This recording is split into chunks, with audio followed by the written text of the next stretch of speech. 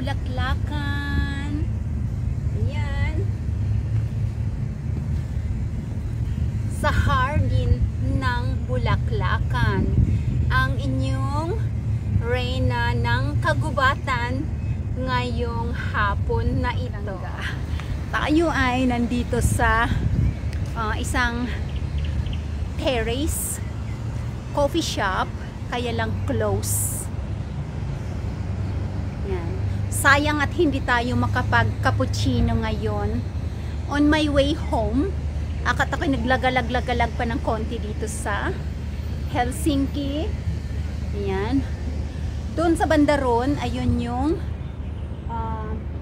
punduhan ng mga tren doon. Yan. Ito yung napakaganda sanang kapi-kapihan dito, kailang sarado.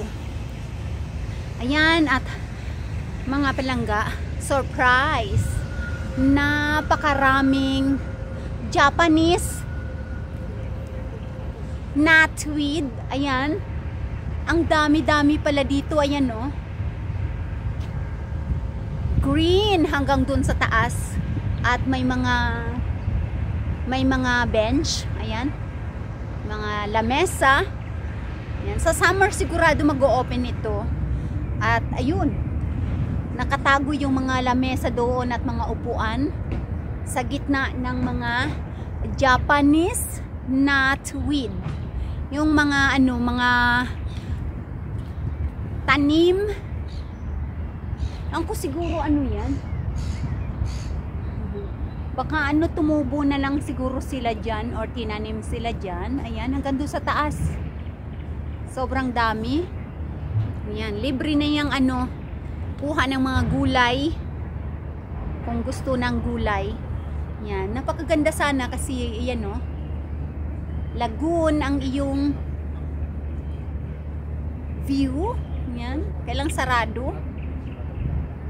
Diba't napakaganda, no, mga palangga. Tapos paakyat doon may may mga tulips naman doon sa entrada. May mga tulips. Ayun. At pwede tayong mag-upo-upo dito. Kaya lang wala namang kape. Walang kape kasi sarado. So, tapos yung maulap ang kalangitan. At pabugso-bugso yung ambon-ambon, hindi naman nakakabasa, kundi ambon-ambon lang talaga siya. Ayan. Kumusta kayong lahat-lahat dyan? Saan man kayo sa mundong ibabaw na ito? Ayan, kinukumusta kayo ng reyna ng kagubatan dito sa Finland. Ayan, ang Japanese knotweed. Ayan. At napakarami dito sa place na ito. Ayan. Hindi ba't napakaganda, green, at konti lang ang mga tao, napakatahimik. At naghiwalay-hiwalay na kami. Sabi ko ako ay pupunta pa ng ng center sa Helsinki City. At maglakad-lakad ng konti. Total nandito na rin lang ako. And later on, pauwi na rin ako. Ayan, at nakita na naman natin ang napakalulusog na Japanese knotweed sa aking likuran. Ayan. Ang dami po. Napakarami. At ang tataba nila. Yung bag ko nandito. Diyan, sa napakagandang lamesang yan. Ayan. Puntahan natin sandali yung tulips. Bago ako mabasa ng ulan. Yan, no? Ayun, napakaraming tulips. Yan. Diba? Yan.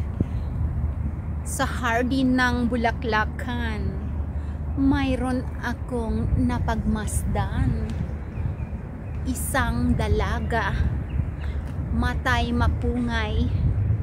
Ariglado ang kilay. Ang buhok ay hanggang tuhod. Ang katawan ay Coca-Cola. At saka lumakad ng pakimbot-kimbot katulad ng puwet ng manok. Uy, uy. Ayun, tawa ng video ako dito. Ayun, video lang ako dito sa ano, sa kapihan ninyo. Sarado naman eh. Ayan. Dito. Hindi ba, ayan, napakaganda. Ayan oh. May lamesa dyan. At kayo napapaligiran ng green Japanese knotweeds. Ang dami. Oo, ang dami talaga. Hanggang doon, kung saan-saan tayo dito ngayon, maglilibot. Ayan. May mga lamesa at may payong-payong pa. Naku, yung payong na yan, pag biglang bumuhos ang malakas na ulan, ibubuka ko yan para hindi ako mabasa. Otherwise, basang-basa sa ulan. May tumatawag sa ano, sa telepono. Buhos ka na ulan. At ako'y malapit nang umuwi, mga palangga. So, see you again later sa ating mga chikahan at sa ating mga paglalalangoy at pangingisda dyan sa ating mga karagatan ng Pasipiko.